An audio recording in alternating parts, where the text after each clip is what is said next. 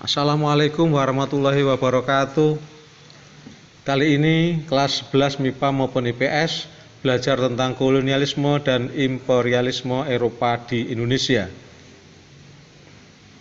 Tujuan pembelajaran dan KD bisa dilihat di layar, ya, apa-apa yang akan diperoleh setelah pelajaran ini usai. VOC didirikan pada tanggal 20 Maret 1602.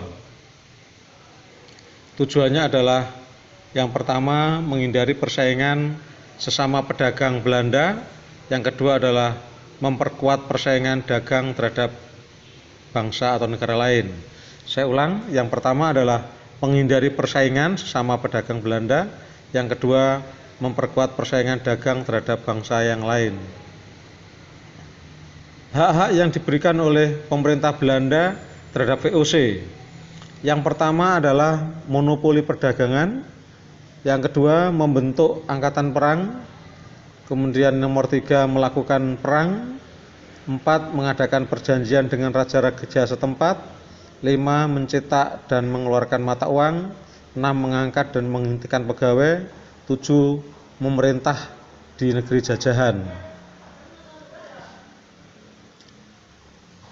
Serba terakhir 31 bulan 12 tahun 1799 VOC runtuh, yang disebabkan karena satu, banyak pegawai VOC yang korup, kemudian yang kedua banyak biaya perang, ketiga persaingan dagang dengan negara-negara Eropa yang lain terutama Inggris dan Prancis, kemudian yang keempat adalah berdirinya Republik Batav yang mendorong perdagangan bebas. Republik Batav itu adalah pemerintahan ketika pemerintah Belanda dikuasai oleh Prancis. Itu disebut sebagai Republik Batav. Ya, mendorong perdagangan bebas, banyak hutang kepada pemegang saham VOC. Kemudian akibat dari runtuhnya VOC adalah penjajahan oleh VOC diambil alih ke tangan pemerintah Batav. Saya ingatkan, pemerintah Batav adalah pemerintahan Belanda pada saat Belanda sedang dikuasai oleh Prancis. Prancis menguasai seluruh Eropa kecuali Inggris dan Rusia. Berarti yang termasuk dikuasai oleh Prancis itu adalah Belanda. Pada saat Prancis menguasai Belanda itulah yang disebut dengan pemerintahan Batav. Ya, jadi saya ulang, akibatnya adalah penjajahan VOC diambil alih oleh pemerintah Batav. Kemudian yang kedua adalah pemerintahan Batav memegang hutang dan kerugian VOC. Kemudian pada pemerintahan Batav itu, ya, pemerintahan Belanda saat Belanda sedang dikuasai oleh Prancis itu mengirim seorang bernama Daendels di Indonesia pada tahun 1808 sampai 1811. Tugasnya ada dua. Yang pertama mempertahankan Jawa agar tidak dikuasai Inggris. Yang kedua memperbaiki kehidupan sosial ekonomi di Nusantara, khususnya di Jawa. Kemudian tindakan-tindakan Daendels ketika berkuasa di Indonesia, khususnya di Jawa adalah pertama membangun benteng-benteng, yang kedua membangun pangkalan laut, angkatan laut, ketiga membangun jalan raya Anyar Panarukan yang kemudian dikenal dengan Jalan Daendels 1100 km. 4 menambah jumlah tentara, 5 campur tangan urusan kerajaan Nusantara, yang ke-6 pajak diperbesar, yang ke-7 adalah penyerahan wajib hasil pertanian. Kemudian pengganti Daendels itu adalah seorang Belanda juga, namanya Willem Jensen. Cuma 1 tahun, bahkan kurang dari 1 tahun, pada tahun 1811, karena dianggap Daendels gagal dalam melaksanakan tugas. Tugasnya adalah melanjutkan apa yang harus dilakukan oleh Daendels di Indonesia. Berarti ada 2, mempertahankan Jawa dari serangan Inggris dan kesejahteraan rakyat khususnya Jawa. Yang kedua kurang dari 1 tahun karena diserang dan dikalahkan oleh Inggris. kemudian menandatangani kapitulasi Tuntang yang berisi penyerahan Indonesia ke tangan Inggris. Jadi Indonesia lepas dari Belanda, masuk ke tangan Inggris, ya, jatuh ke tangan Inggris itu dalam perjanjian namanya kapitulasi Tuntang. Selama Raffles ada di Indonesia tahun 1811 sampai 1816, tindakan-tindakannya adalah melaksanakan sistem tanam paksa, menghapus penyerahan wajib hasil bumi, menghapus kerja rodi, perbudakan, menghapus sistem monopoli, kemudian desa sebagai administrasi penjajahan, kemudian monopoli garam.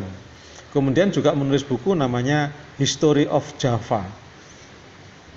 Kemudian History of Java ini ditulis bukan kok karena cinta Jawa, tapi dipelajari dan ditulis sejarah Jawa itu dalam rangka untuk mengetahui kelebihan dan kekurangan Jawa dalam rangka untuk memuluskan penjajahan. Kemudian yang terakhir adalah campur tangan dalam urusan kerajaan-kerajaan di Nusantara. Kemudian untuk keterangan pada poin 2, 3, 4 kenyataannya tidak dihapus, ya. Silakan dicari 2, 3, dan 4. Kemudian Raffles meninggalkan Indonesia pada tahun 1816 karena diadakan konvensi London yang menyebutkan bahwa Inggris harus mengembalikan Indonesia kepada Belanda. Ada perlu penjelasan di sini, yaitu Prancis yang tadinya menguasai seluruh Eropa kecuali Inggris dan Rusia, terjadi kekalahan Prancis oleh negara-negara Eropa. Dengan kekalahannya Prancis, dalam hal ini pemimpinnya adalah Napoleon Bonaparte.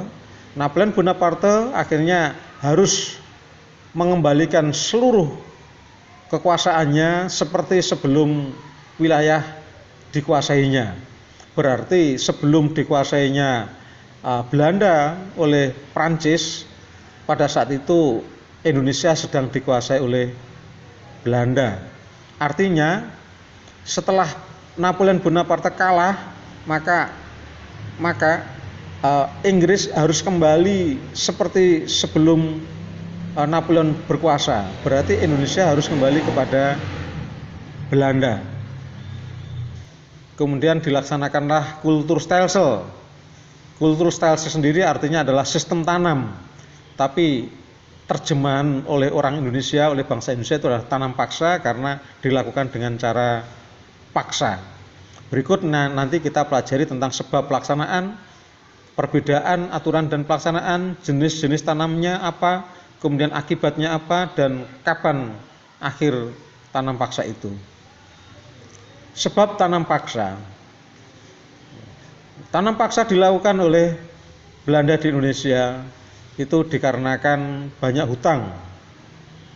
Yang kedua adalah Belanda mengeluarkan banyak biaya perang. Jadi samping hutang juga biaya perang yang besar. Biaya perang besar itu di Indonesia adalah terutama Diponegoro dan Perang Padri, Perang Diponegoro dan Perang Padri. Kemudian Perang Belgia, yaitu ketika Belgia melepaskan diri dari Belanda. Dulunya Belgia adalah bagian dari Belanda dan kemudian melepaskan diri dari Belanda, dan untuk itu Belanda memerlukan banyak dana untuk memerangi Belgia itu. Kemudian perang melawan Prancis. Ini tadi saya katakan Belanda bergabung dengan koalisi negara-negara Eropa untuk mengalahkan Prancis. Karena pada saat Belanda menguasai Indonesia, pada saat itu pula lah Belanda sedang dikuasai oleh Prancis yang disebut dengan Republik Batav.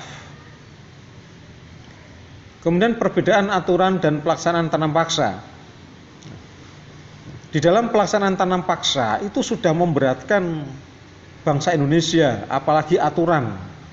Silakan dicek 1 sampai dengan 6 masing-masing diperbandingkan. Yang aturan itu sangat berat, tapi pelaksanaan, saya ulang, aturannya berat tapi pelaksanaannya jauh lebih berat lagi. Saya ulang, aturan tanam paksanya berat tapi pelaksanaannya jauh lebih berat. 1/5 tanah penduduk saja yang ditanam untuk tanam paksa, tapi kenyataannya lebih dari itu. Kemudian waktu tanam juga tidak boleh melebihi dari tanam padi, tapi kenyataannya harus lebih konsentrasi kepada tanam paksa. Kemudian tanah yang untuk tanam paksa mestinya bebas pajak, tapi pelaksanaannya itu tetap kena pajak. Kemudian gagal panen tetap mestinya ditanggung oleh pemerintah, tapi kenyataannya ditanggung oleh petani. Kemudian tanam paksa diawasi langsung oleh penguasa pribumi. Penguasa pribumi mengutamakan kepentingan Belanda. Kemudian yang keenam, penduduk bukan petani yang tidak punya tanah itu wajib bekerja untuk pemerintah selama 65 hari dalam 1 tahun. Kenyataannya penduduk lebih dari 65 hari dalam 1 tahun. Jenis-jenis tanaman pada masa tanam paksa itu ada tebu, nila, tembakau, kopi, teh, lada, kina, kayu manis, karet, dan semua itu tanaman-tanaman yang membutuhkan waktu yang panjang. Sedangkan petani harus tetap mencukupi kebutuhan hariannya. Selama menunggu masa panen itu bukan masa waktu yang pendek, maka itu sangat memberatkan bagi petani. Kemudian akibat tanam paksa, bagi bangsa Indonesia ada sisi positif, yaitu mengenal tanaman dan cara tanam pada tanaman baru. Negatifnya adalah penderitaan fisik maupun mental, pajak yang besar, tanaman padi banyak yang gagal karena harus konsentrasi kepada tanam paksa, kelaparan, dan menurunnya jumlah penduduk. Positifnya dibandingkan dengan negatifnya tidak sebanding, lebih banyak negatifnya. Kemudian bagi Belanda adalah kemakmuran dan mendorong Belanda untuk menjadi negara industri. Ada yang belum saya sampaikan di sini, silakan dipelajari, yaitu politik pintu terbuka, ya, dan politik etis. Jadi saya minta untuk mempelajari sendiri materi tentang politik pintu terbuka, yaitu masuknya modal asing ke Indonesia yang dilakukan bersamaan dengan politik etis, politik balas budi. Sekian, terima kasih. Ya, sampai jumpa pada pertemuan berikutnya. Jaga kondisi, jaga stamina, tetap maju. Sekian, wassalamualaikum warahmatullahi wabarakatuh.